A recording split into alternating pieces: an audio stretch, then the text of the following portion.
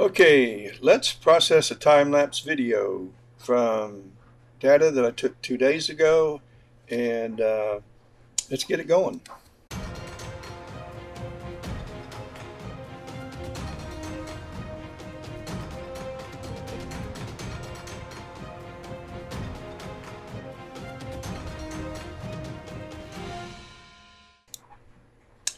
Alrighty, we're in File Explorer, and uh, these are the video files. I'm not sure. I ended up close to 300 of them, but I've already forgotten. I think the last several were bummed up, but um, there's 299 files, and that we captured yesterday. Our goal was 300, and that's what we did. So not all of them are going to be usable though, and we'll show you how we get rid of those that aren't. But let's just open up one of the video files and kind of play through it, and you can see the movement as we go through, which is mostly atmospheric dispersion between my sensor and the sun. Can you imagine what's going on? So that's what a video file looks like from good scene, and I'll bet you towards the end, because the scene didn't get better, it got worse. Let's play one from the end. Yeah, we lost a lot of our what looks like focus, but it wasn't a focus issue, it was just scene. Some of these look better focused than others, and it's those frames we'll keep. But more are not good than are good, it looks like, as we progressed through the morning. Okay, now I have already processed all of these in AutoStacker because it took about 4 hours to do it, and I saved 20% of the files. Now, when I first started out, I was taking 500 frame AVI files. And when the scene began to worsen, I changed the frames to 700. And I thought, if I'm going to be keeping the top 10, 15, or 20%, I'll need more frames to get a chance at having some better image in the final, when it's all said and done. So that was the reason why I upped the frame, and I probably could have gone to 1,000 towards the end, but I was anxious to get close to 300 in, and the more you take, the longer it takes. So, and this is what we now have. We now have all of the, what's in here? Oh, nothing. Just a new folder got saved there, and we can delete that. Okay.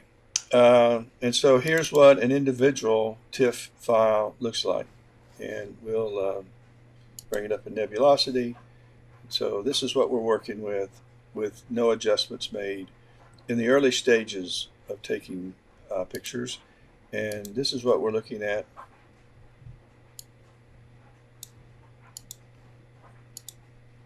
towards the end. And so it's noticeably doesn't have nearly the sharpness or clarity, and again, that's all attributable to scene. Now, if you use Nebulosity, then you know that you can go to File, Preview Files, and you can load all of your images, and you can quickly use Nebulosity to scrub through them. Now, you can go the next one, the next one, the next one, the next one, the next one, and you can delete them as you go through them. Now, as much as I babysitted this mount, you can see it moving from picture to picture, and there will have to be a crop in order to center all of these, and that's why I was babysitting it, so that the crop would be minimal, because I didn't want to lose any of the prom activity on the surface. So I'm not going to scrub through all of these now. I'm going to wait and do that in PixInsight using the blink, but I'm only going to do that after I've aligned them. So that'll give you an idea that the consistency of the scene was pretty good early on. It's really nice now. Those are really good images. But towards the end, it didn't get better, it got worse. And you can easily see how it's moving now from picture to picture.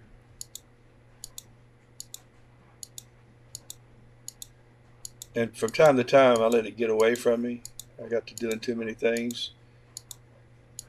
And I let it pass. So I know I have a few of those in this mix that really jumps.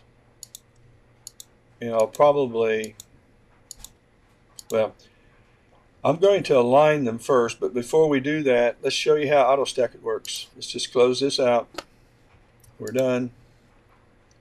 Close out Nebulosity software, and let's minimize this.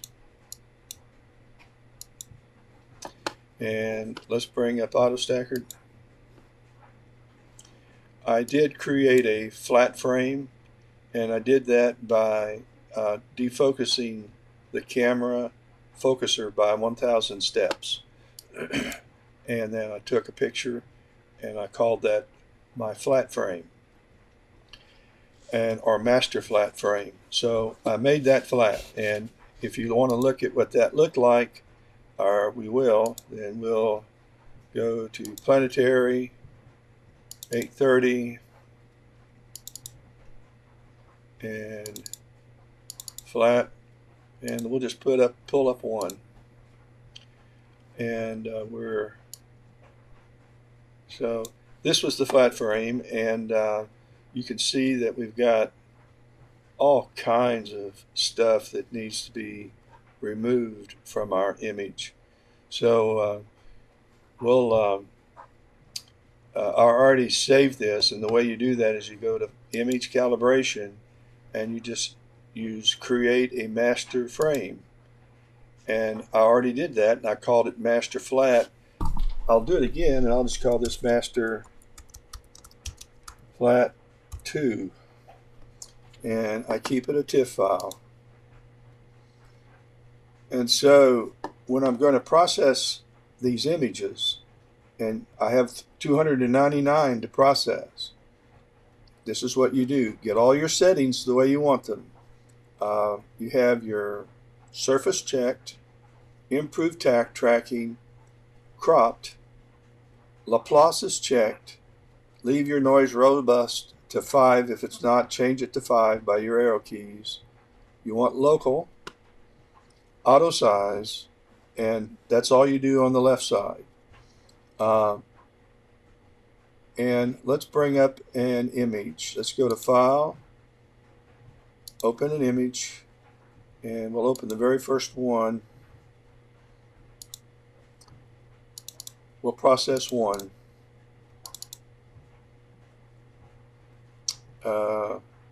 So let's see. We might. Where am I? We're in the right place.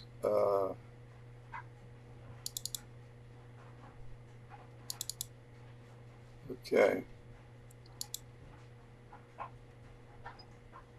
No, those are our TIFF files. Oh, I see what's going on. I was wondering, where's my AVI files? I've got to change this to, I want files, I want not image files, I want AVI files. There they are. So let's open one. I thought I might be suffering from inadvertent deleting. All right, so here's our frame. Now imagine, rather than me open just one, that I grabbed all of them and I opened every one of them so that I have all 299, and that's what you do. And then you click open and they'll all open, but I don't want them all open. I already did that, and we process them. So we're just going to do one. Take the first one, and we have our dust spots. and I want to get rid of those dust spots on every one of the pictures. So I'm going to go to Image Calibration, Load Master Flat, and that's after I've loaded my first image. We'll go ahead and use Master Flat 2 and watch them go away. They're gone. So now we've flatted out the image. I guess that's a word. And now we're ready to analyze. Okay, it's done. And it's telling me that my quality graph is telling me that it's going to cross over. Well, first imagine that this graph represents every frame in this video file. This is nothing more than a video file, and if you scrub through it, you can see it move around just like it did when we played it. And so, and as I move through it, you can see in the graph where I am. For example, if I stop about right here, that's some of my best quality. And if you look at the detail, you can see the detail of the sun looks pretty good, but the graph is, that green, heavy green line is pointing right towards some of the better frames in this AVI file. So I'm going to unscrub it, take it back, and you can see, watch the quality graph as I move the scrub line back and forth. So, but it's telling me that if this is a lower 25%, this is the half or 50% mark on where my images fall, either above it or below it, and this is the top 25%, then it tells me that these frames right here that are above the 25% line are my very best. Everything else is in the bottom 75%. And it crosses, this line crosses the 25% mark about a quarter of the way, about 25 or 30%. So it tells me that roughly 30% of 25% of my frames in this video are in the top 75%. It really doesn't matter. I'm going to pick 20%. In this case, I'm going to pick 21 because I've already saved all of these in a folder called 20%. Now, why am I not picking 30 or 40%? Well, the biggest reason is that I'm going to do 300 images, and I happen to know, because I already did this, that the very last image doesn't cross over here. It crosses over right here. So it doesn't have a real good quality graph. So for that reason, I'm going to select keeping only the top 20% of the frames in each video AVI file. But I'm going to change this to 21, and it will create a folder called 21. I already have a folder called 20, and that's where all of these were saved. So let's process this. Now, the first thing you do is place these, the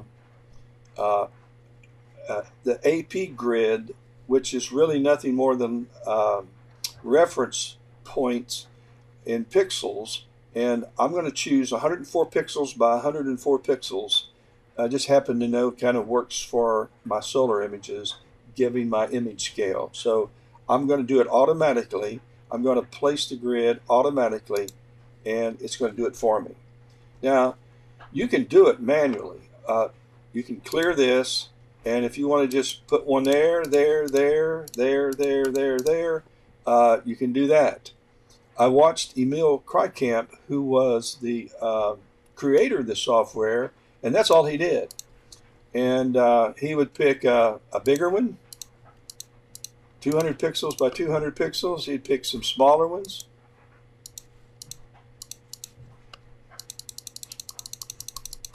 But basically, that's about all he did. And then he ran it. But I am so used to doing this.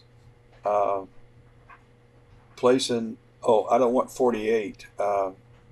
I'm down here 24 pixels by 24 pixels. Don't need to do that. So let's do it again.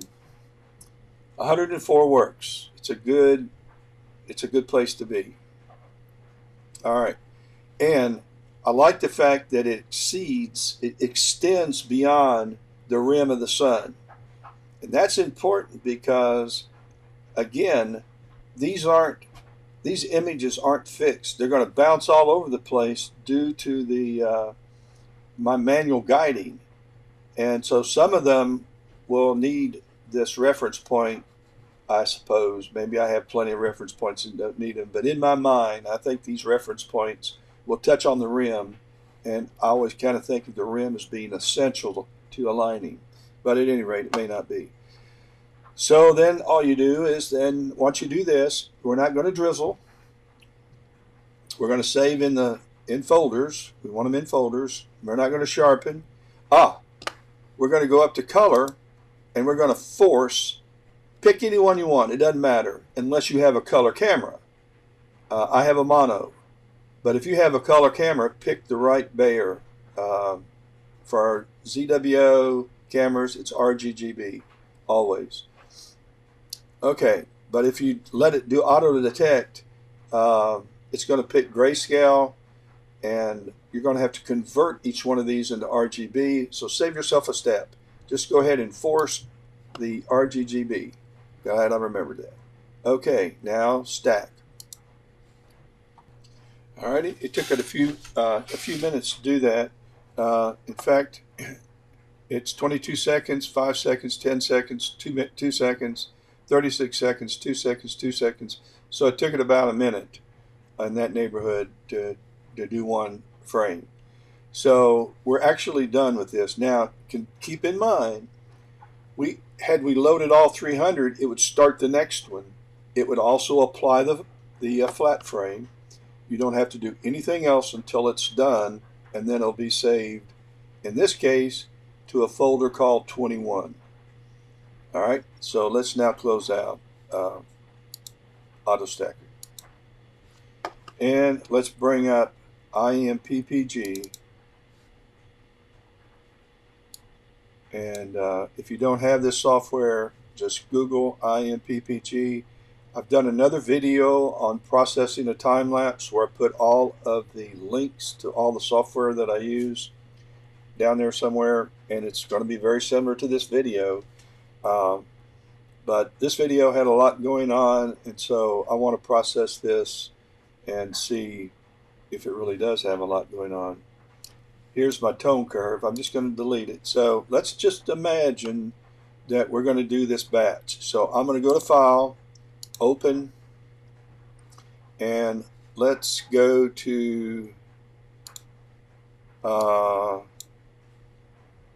we in the right planetary? Yes, Sun. Okay. Here's 21. All right. And so here is the image we just worked on. It's too big for my screen, so I'm going to hit the minus up here so that I can see the entire image. I could work within this box. I can change the size of the box. If your processing power on your laptop is pitiful, then you may want to work with a box. But if you do work with a box, just make sure, first, let me show you. Go up here and select this tone curve. And if it's this small, make it bigger so you can see what's going on. All right. So make sure that if you're working with a box, that you also include some dark sky. Don't just use the box for your surface only. And I'll show you why. Look at where all your data is. There's nothing clipped on the dark side. Well, we know that's not true. We know that some of this has been clipped. So this isn't really a real reflection of this entire image because it doesn't include the dark sky.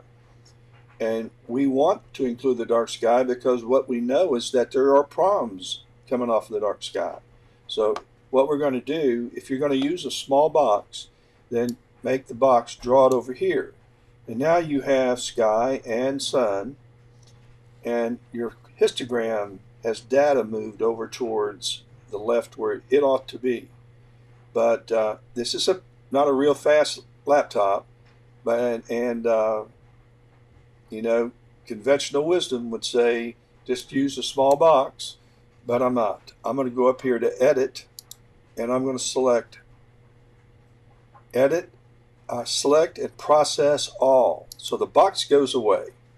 Now any edits I make on this tone graph or over here is going to be shown in the whole image, not just that box area. All right, first thing I'm going to do is I'm going to watch where this goes up and starts to come down and taper off, and I'm going to come straight down, and I'm going to make an anchor point, and I'm going to grab it about in the middle, and we're headed up here. Now, we can already see that we've got some surfaced stuff, proms and some flares, just some action on the rim and action on the surface that we can, hopefully we can bring out a little better than what we see now. And hopefully we'll see movement in a time lapse when we run 300 of these through, or 299 through a processing en route to a GIF file, a movie file. All right, are we going to do anything else with this tone curve? Well, we might want to give it a little more light. And I'm paying attention to everything, but I'm also up here. It looks like it's a gradient to dark, and that's unrealistic. If there was ever going to be a gradient, and I'll show you how you can usually make that go away. All right, so there's a little gradient here, and then it gets brighter, then it gets darker. So go down here, and this sometimes helps get rid of that. And let's just kind of bring that up some. Move that over some. There you go. Got rid of it. All right. A little better. Okay, so if you see gradients out here, it's happening here over here at the peak, at the brightest part of this histogram, where your brightest pixels are. And you're going to have to mess with that. All right, I kind of like the tone curve there, so let's get rid of that. Now, I love deconvolution on solar images, so I'm going to take this up to 2 points, 2.0.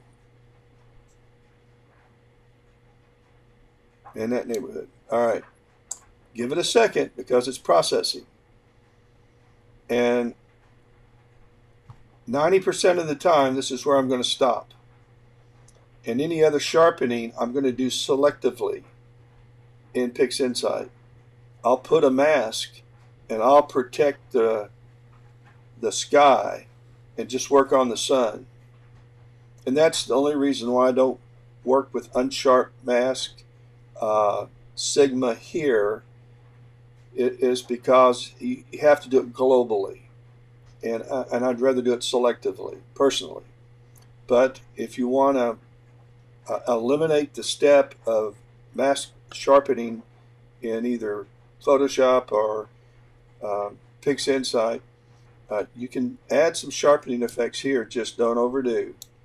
And we'll do some just so we can take a look at some of the effects. You have to really pay attention to what's happening on the rim when you do this, as well as your region of action here, because this is where some of the artifacts get interjected into your image. That's not the word, but you get funky stuff happening right off the surface that's unnatural. Let me show you. All right, I really ran it up, and so you see this stuff's happening that's just not all these. It looks like alligator skin or something. So that in and of itself is that's gonna bug me. So I don't want that at the expense of sharpening. So what I would do probably is just keep my deconvolution up to about 2.0 and maybe add some unsharp mask, a tad bit of it. You may not have to do any other sharpening in PixInsight if you do that. You don't. There's no point in checking adaptive. You won't keep it. All right. So let's say we save that. So we're going to go to File, and we're going to save these processes. We're saving all of the adjustments we made here, and we're going to save the adjustments we made with our tone curve, so that when we do a batch, we're going to apply these exact same settings to all 299 images we just ran through AutoStacker. So we want to save these settings. We're going to go to File, Save Process Settings, and it didn't hear me. File. It's it's clocking. Let it Windows do its thing. File. Oh, Windows. I know it's not responding. All right, now we're good. Okay, so we're going to let's go right here to the root directory, and let's save these process settings. We're going to call this 9-2-22 process settings. I just put you on hold because my wife was calling. She had to pick up her grandchild, and I thought you'd want to know that. All right, so here's our process settings, and they're in the root directory. Okay. Oh, no. Those are awful. What did I just do? We do not want those process settings. All right, we're going to reset this. And I'm going to load some process settings that I already have that I know will work. And we're going to go here, here, nope, here. Okay, these are the process settings we want. And I'm going to save those right there. We're going to save over them. I must have hit something answering the phone, or I must have done something that we did those, that went south. Wait a minute. Okay, we got our gradient back. Alrighty, let's get rid of the gradient.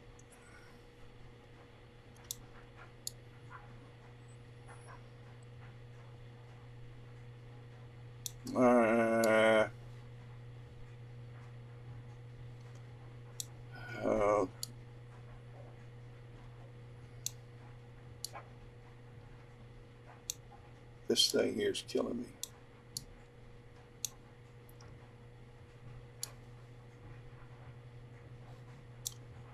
Ding dong, ding dong.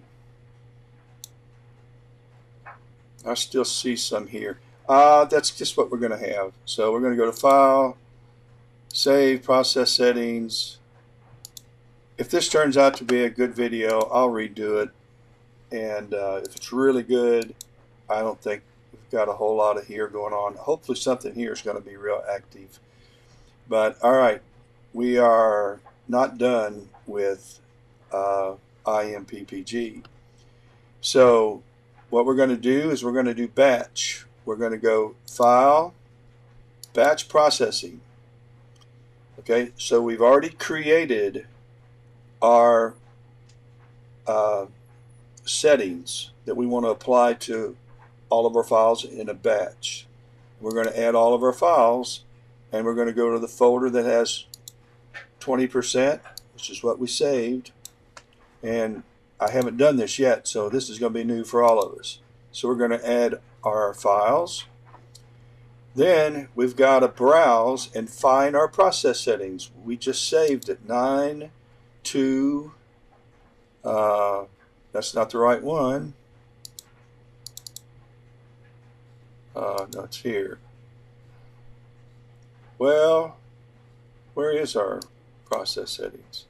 I thought I saved it as 9-2.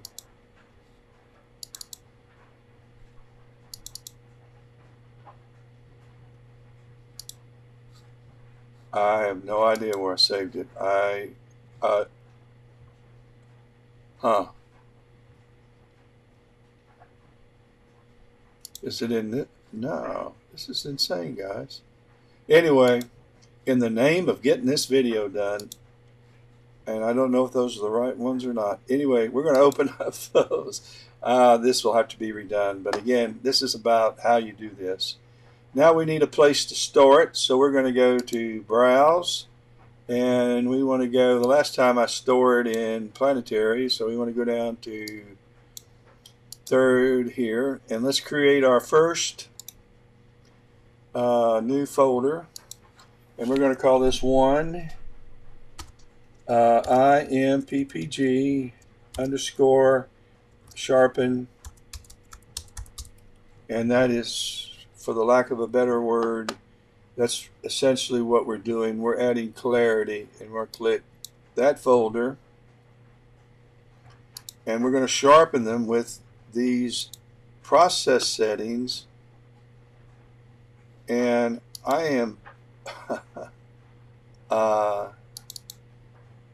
still, we're going to use the 831s. Okay. What? 830 or 831? I am now lost. I am so sorry, guys. All right. These. Oh, it's the output folder. Okay. All right. We're good. I'm going to keep them as a TIFF 8-bit file. And let's start processing. It's going to do one right after the other until all 300 are done. I'll be back when that happens. Okay, we're finished processing and sharpening them all, and I'm going to cheat. I'm going to go ahead and align them and make a movie. I want to see what it looks like before I go into PixInsight, and I usually cheat and make a movie anyway before I invest a lot of time in PixInsight, further sharpening selectively, cropping, if any crop, and doing a linear fit so that I can match exposure times through all the images to minimize, if not eliminate, flicker in the time-lapse video. So let's go ahead and do that. And in order to align, we're going to go to Tools, Align Image Sequence. We're still in IMPPG. We're going to add the files we just sharpened, and so we're going to go to the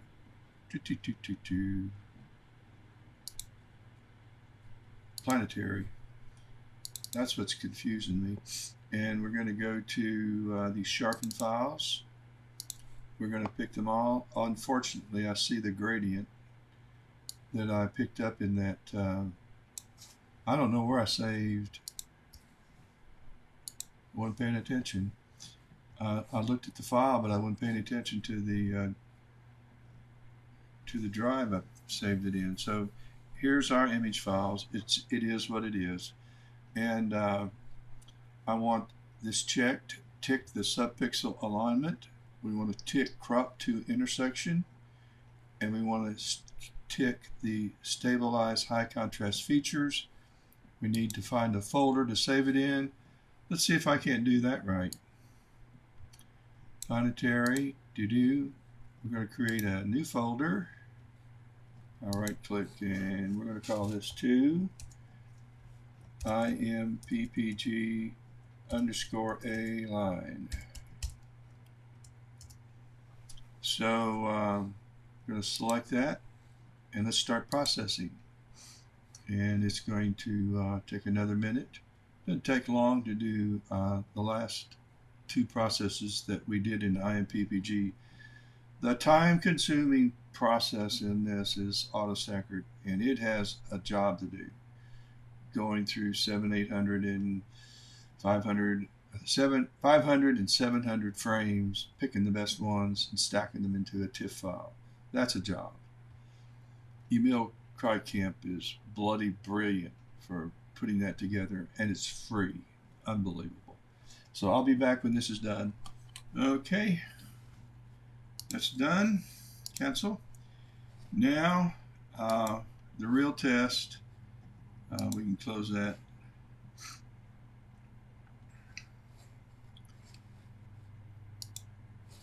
And we're going to bring up the program that's going to hit that twice. We're going to bring up the program that's going to create our GIF file, our movie. So we don't check anything here. No need to. We're going to have batch mode ticked, and the only thing we're going to do is add image files. And this goes to where I was before when I did one. And so we want to go to our align files, and we're going to grab these, all of which are going to have to be redone. I've got the wrong process setting. Whatever, as my wife would say, you don't need that. We can close it out. Now, I don't change any of these tabs until I get to animation option. And this is my preference. And what I do is I click or select play all frames in reverse order after playing forward. It's just going to loop. And it gives the effect of a continuous movie of movement on the sun. I then check on output options, and we select gift, and that changes everything over here. It's on a frame rate of 3 frames per second, and that's ever so slow, so we're going to go to 30. And we're going to not change anything else other than might as well go for maximum quality. It takes a little longer, and you're done. Nothing else just needs to be selected. Go to do processing, and then start it, and go get your cup of coffee, because it'll take it about 3 or 4 minutes, or a beer, or whatever you like.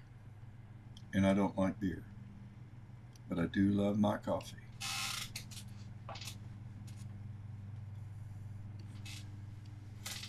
I drink more coffee at night than I drink in the morning. Why I'm bringing that up right now, I don't know, unless you're one of me.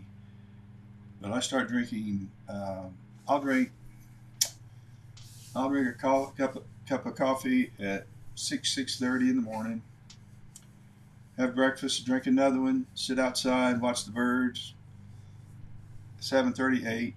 Then if I have to go to the observatory, not my observatory, but I work at Fair Forest Middle School Observatory. If I have to go there and do some work for a night of imaging, then I'll head up there. If I've got anything going on at Dorman, since I'm a sports photographer, I may have to prepare for that. And then if I'm home sometime after dinner, around 5:36, 6:37, whenever we finish dinner, I'll drink. I'll make a whole pot and drink it before the night's over myself.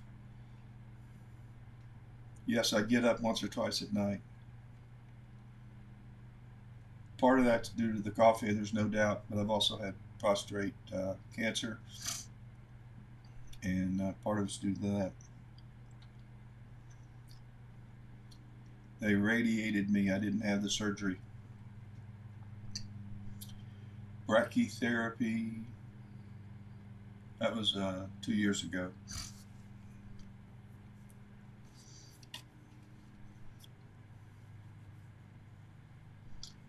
Okay, let's just pause this. It's going to take, we're just halfway done. We're not going to sit and wait. You're not going to sit and wait for the whole thing. Okay, we're about winding down. One thing I'm a little confused about, it says that I have 296 frames. What should I mean? I thought I had 299. Right here it's got 296. I didn't eliminate any. All right, here's the here's the movie. We're going to find out if we got a picture or not. All right, it's running. Let's just look at the surface here, or the rim first. I am. Right here I've got some dust that didn't get removed with the flats. Now I'm going to tell you why it didn't get removed. And that's because I used the deblur feature. I needed to put on the best thing you can do so that this doesn't happen is to put on the Daystar flat fielder. It fits over your telescope and it lets you take flats. That removes all this stuff.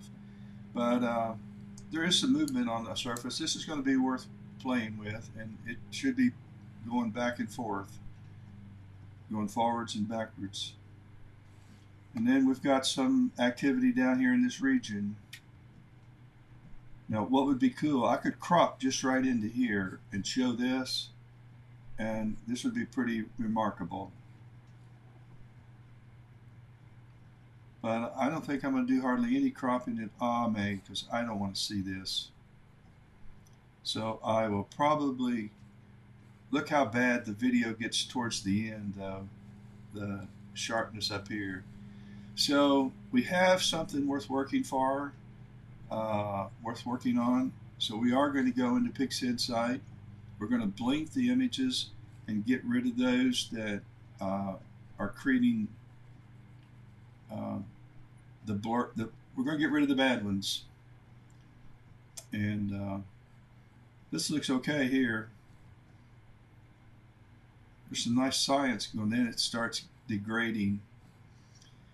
Okay, this video is going to stop right now, and I've got to get ready and go to a football game. I'm imaging tonight, and what I'm going to do is I'm going to add another recorded video where we take our aligned images into PixInsight, and as if we never made this movie, and we're going to blink them. We're going to purge those images that aren't worth keeping. We're going to colorize each image, batch. We're going to linear fit each image in a batch mode, and we're going to crop this so that this mess over here, I don't know what I'm going to do. I may not crop it.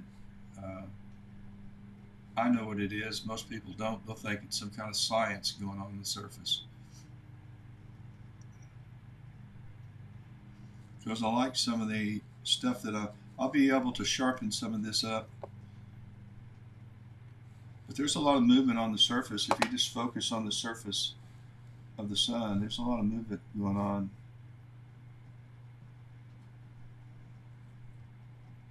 A lot of plasma moving around. I love it. All right.